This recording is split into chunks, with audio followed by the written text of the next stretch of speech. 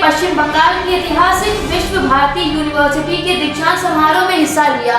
इस कार्यक्रम में पश्चिम बंगाल के राज्यपाल जगदीप धनखड़, केंद्रीय शिक्षा मंत्री रमेश निशांक भी मौजूद रहे। पीएम मोदी ने कहा कि देश के युवा में भविष्य को बदलने की शक्ति है। आपको तय करना है कि आप समस्या का हल करना चाहते हैं या समस्या का हिस्सा बनना चाहते हैं। प्रधानमंत्री नरेंद्र मोदी ने कहा कि ज्ञान की कोई सीमा नहीं होती। इसी सोच के साथ इस विश्वविद्यालय की स्थापना की गई। ज्ञान में हमेशा ही सुधार की गुंजाइश रहती है।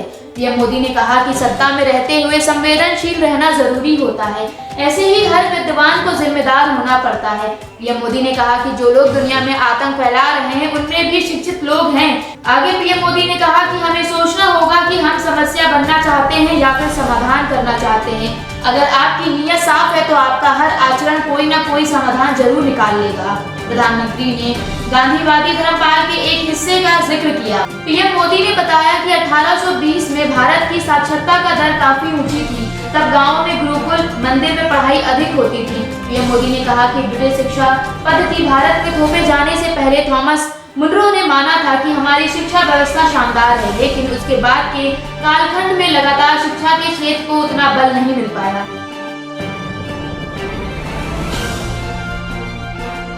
किसान आंदोलन से जुड़े टूलकिट केस में 21 साल की दिशा रवि की गिरफ्तारी मामले पर अमित शाह ने दिल्ली पुलिस के एक्शन का बचाव करते हुए कहा कि किसी भी अपराधी की उम्र नहीं देखनी चाहिए।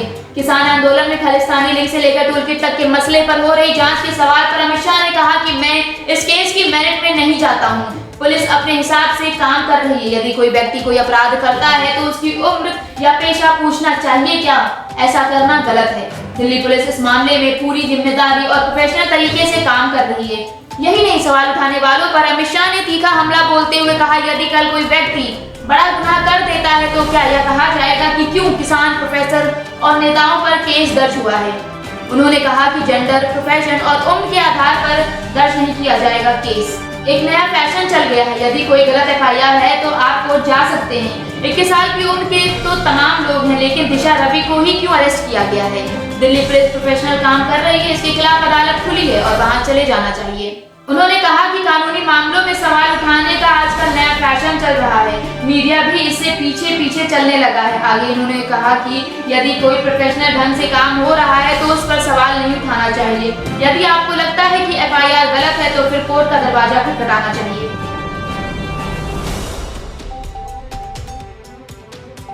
कोविड-19 मैनेजमेंट को लेकर प्रधानमंत्री नरेंद्र मोदी ने पड़ोसी देशों के साथ वर्चुअल मीटिंग में भारत समेत पड़ोसी देशों को कोविड-19 मुक्त क्षेत्र बनाने के लिए प्रधानमंत्री नरेंद्र मोदी ने 5 प्रस्ताव दिए, जिसका पाकिस्तान ने भी समर्थन किया। प्रधानमंत्री नरेंद्र मोदी ने पड़ोसी देशों से डॉक्टर और नर्सों के लिए आपात स्थिति में एक दूसरे के देश में जाने के लिए स्पेशल वीजा स्कीम बनाने पर विचार करने को कहा। इसके अलावा उन्होंने सभी देशों के नागर विमान मंत्रालयों से एयर एम्बुलेंस समझौते पर भी विचार करने की अपील की है। कोरोना पर सार्क देशों की वर्कशॉप का एजेंडा तय करते हुए पीएम मोदी ने कहा कि इस स्पेशल वीजा स्कीम के तहत आपातकालीन स्थिति में वीजा की मदद से डॉक्टर, नर्स पड़ोसी देश में जाकर सेवा दे सकेंगे।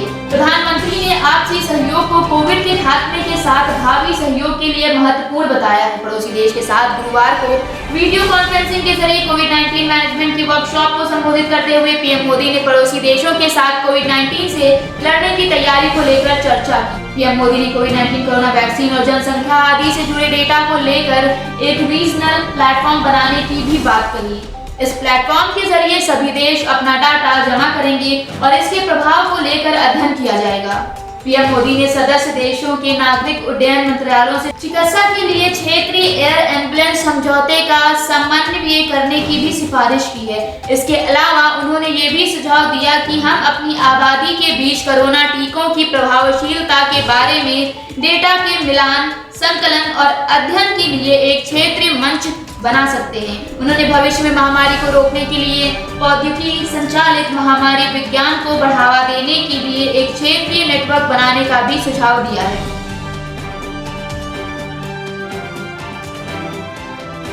उत्तर प्रदेश में अगले साल होने वाले विधानसभा चुनाव से पहले हलचल बढ़ने लगी है। चुनाव से पहले यूपी सरकार सूबे के छात्रों को बड़ा तोहफा दे सकती है। यूपी के हर जिले में कॉलेज में दाखिला लेने वाले 1000 छात्रों को यूपी सरकार मुफ्त में टैबलेट देने का ऐलान कर सकती है। जानकारी के मुताबिक यूपी सरकार की ओर प्रदेश के हर जिले में इस योजना को लागू करने की तैयारी की जा रही है। बीजेपी की ओर से अपने चुनावी घोषणा पत्र में हर छात्र को मुफ्त लैपटॉप 1 GB डाटा देने का वादा किया था। हालांकि यूपी सरकार का ये वादा अभी तक पूरा नहीं हो पाया है, लेकिन अब सूत्रों की माने तो चुनावी साल से 1 वर्ष पहले ही बीजेपी अपने चुनावी वादे को इस नए अंदाज में पूरा करने में लगी है। जल्द ही इसका ऐलान भी किया जा सकता है। वहीं दूसरी तरफ उत्तर प्रदेश सरकार एक बड़ा MOU साइन करने जा रही है। लखनऊ में यूपी सीएम योगी आदित्यनाथ की मौजूदगी में स्वीडन की कंपनी IKEA के साथ समझौते पर हस्ताक्षर किए जाएंगे। IKEA यूपी में बड़ा निवेश करने की तैयारी में है, जिसको लेकर ये समझौता हो रहा है।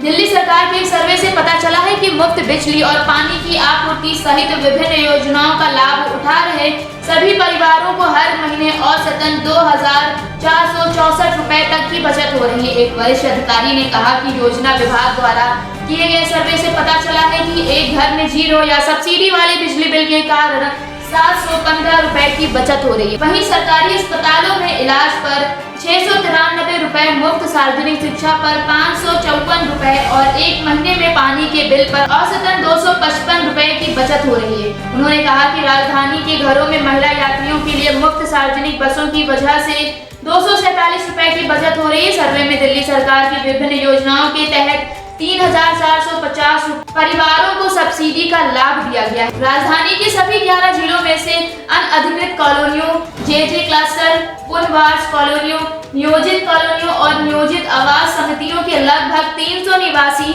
इस सर्वे में शामिल थे। इस सैंपल सर्वे पिछले साल मार्च में किया गया था और निष्कर्ष हाल ही में सार्वजनिक किए गए थे। बता दें कि दिल्ली विधानसभा चुनाव 2020 में एक बार फिर से प्रचंड जीत हासिल करने वाले आम आदमी पार्टी ने दिल्ली में शिक्षा, चिकित्सा और मुफ्त बिजली पानी जैसे योजनाओं के सहारे भाजपा और कांग्रेस को तीसरी बार शिकस्त देने में कामयाबी पाई थी। दिल्ली विधानसभा चुनाव में एक बार फिर आम आदमी पार्टी ने 70 में से 62 सीटों पर बम्पर जीत हासिल की थी। वहीं भाजपा के खाते में केवल 8 सीटें आई थी। आम आदमी पार्टी से पहले दिल्ली में 15 साल तक शासन करने वाली कांग्रेस एक बार फिर अपना खाता भी नहीं खोल सकी थी। कांग्रेस के 63 प्रत्याशियों की जमानत तक जब्त हो गई थी।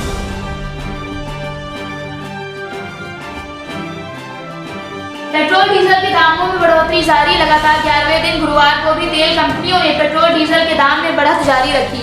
दिल्ली में पेट्रोल 31 पैसे प्रति लीटर बढ़कर 90.19 रुपए पर और डीजल 80.60 रुपए प्रति लीटर हो गया है। वहीं पेट्रोलियम पदार्थों की कीमतों में बढ़ोतरी पर भी सियासी पारा चढ़ा हुआ है। बिहार में भी पेट्रोल, डीजल और गैस सिलेंडर की बढ़ती कीमतों को लेकर विरोध प्रदर्शन जारी है। तेल और रसोई गैस की कीमतों में वृद्धि के विरोध में शुक्रवार को कांग्रेस विधायक शकील अहमद खान मिट्टी का चूल्हा और लकड़ी लेकर विधानसभा पहुंचे। शकील अहमद खान ने कहा कि वह इसे सरकार को भेंट करेंगे। शकील अहमद खान के साथ विधायक प्रतिमा कुमार और अजीत शर्मा ने भी प्रदर्शन किया। वहीं पेट्रोल और डीजल की बढ़ती कीमतों के खिलाफ RJD विधायक अख्तरुल इस्लाम शाहीन ने भी विरोध जताया। वहीं साइकिल चलाकर विधानसभा पहुंचे। उन्होंने मांग की कि केंद्र सरकार तेल की कीमतें कम करे, साथ ही राज्य सरकार तेल पर लगने वाले स्टेट टैक्स में रियायत दे। वहीं कांग्रेस नेता जयवीर सिंह शेरगिल ने ट्वीट किया, $4 GB की परिभाषा 2014 में 71 रुपए पेट्रोल यानी $110 बैरल के खिलाफ बीजेपी नेता प्रदर्शन कर रहे थे, जबकि 2021 में 100 रुपए पेट्रोल यानी $62 बैरल का वो जश्न बना रहे हैं। बीजेपी मंत्रियों को जनता के दर्द को महसूस करने के लिए अपनी सरकारी कार को छोड़ देना चाहिए, वरना वे कहेंगे हम पेट्रोल नहीं भरवाते, जैसे मैं प्याज नहीं खाती।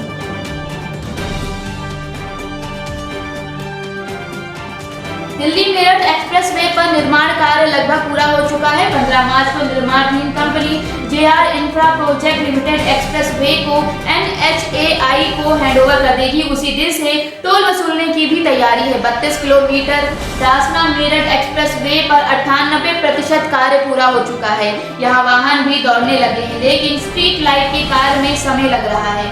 स्ट्रीट लाइट और अन्य कार्य पूर्ण होने पर JR इंफ्रा 15 मार्च तक इस कार्य के पूरा होते ही एक्सप्रेसवे को NHAI को सुपुर्द कर देगी। यहाँ बनाए गए टोल प्लाजा पर 19 गेट हैं और सभी गेट पर CCTV कैमरों सहित टोल लेने कंट्रोल टोल फास्टैग सेंसर लगा दिए गए हैं। तीनों इंटरचेंज भी तैयार हैं। एक्सप्रेसवे के साइड में लगाई गई RI वॉल पर कलर करने का कार्य युद्ध स्तर पर जारी है। गुरुवार को NHAI के PM राकेश कुमार व GR इंफ्रा के deputy project manager Manoj Bairwa ने कार्य का जायजा लिया।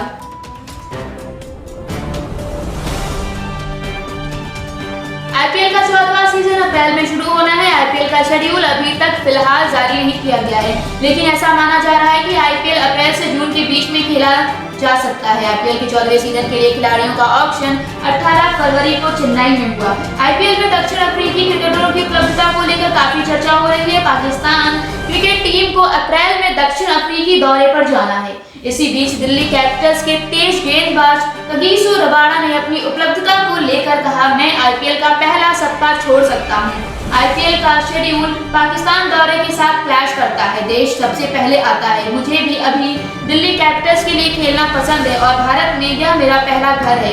कोविड-19 महामारी के चलते पिछले साल IPL सितंबर से नवंबर के बीच खेला गया था।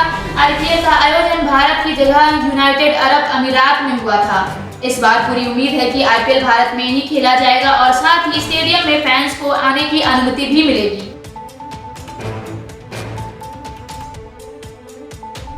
शेयर बाजार में बृहस्पतिवार को लगातार दूसरे दिन टूटकर बंद हुआ। सेंसेक्स में 350 अंक से ज्यादा की गिरावट रही, जबकि निफ्टी 90 अंक गिर गया। कारोबार की शुरुआत में दोनों सूचकांक में सुधार देखा गया था, लेकिन पहले सप्ताह के कारोबार के बाद दोनों में गिरावट का रुख शुरू हो गया। बॉम्बे स्टॉक एक्सचेंज का सेंसेक्स लगभग 200 की बढ़त के साथ 51,903.96 अंक पर तेजी के रुख के साथ खुला। हालांकि थोड़ी देर बाद ही सेंसेक्स पिछले कारोबारी सत्र के स्तर पर पहुंच गया। सवेरे 11:15 के आसपास सेंसेक्स में गिरावट का दौर शुरू हुआ और कारोबार के अंत में 379.14 अंक टूटकर 51,324.69 पर बंद हुआ। बुधवार को सेंसेक्स 51,703.83 अंक पर बंद हुआ था। दिन में कारोबार के दौरान इसमें 51,903.96 के उच्चतम स्तर को छुआ।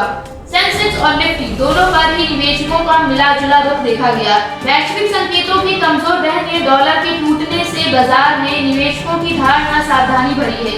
सेंसेक्स पर ऊर्जा कंपनियों के शेयर ग्रीन जोन में रहे, वहीं बैंकिंग और वित्त क्षेत्र की कंपनियों के शेयर में नरमी रही। निफ्टी पर भी ऊर्जा कंपनियों के शेयर में मजबूती देखी गई।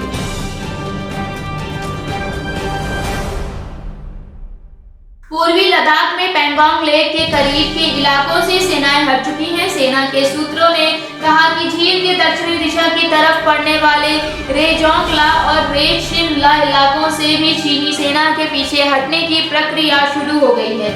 इस इलाके की ऊंची पहाड़ियों में भारतीय सेना रणनीतिक रूप से बढ़त बनाए हुए थी। सेना के सूत्रों ने कहा कि रेजोंगला और रेशिनला से सेनाओं के हटने का मामला भी हाल में हुए समझौते का हिस्सा था। झील के अग्रिम स्थानों से सेनाओं के हटने के बाद अब दूसरे इलाकों से सेनाएं हटनी शुरू हुई हैं।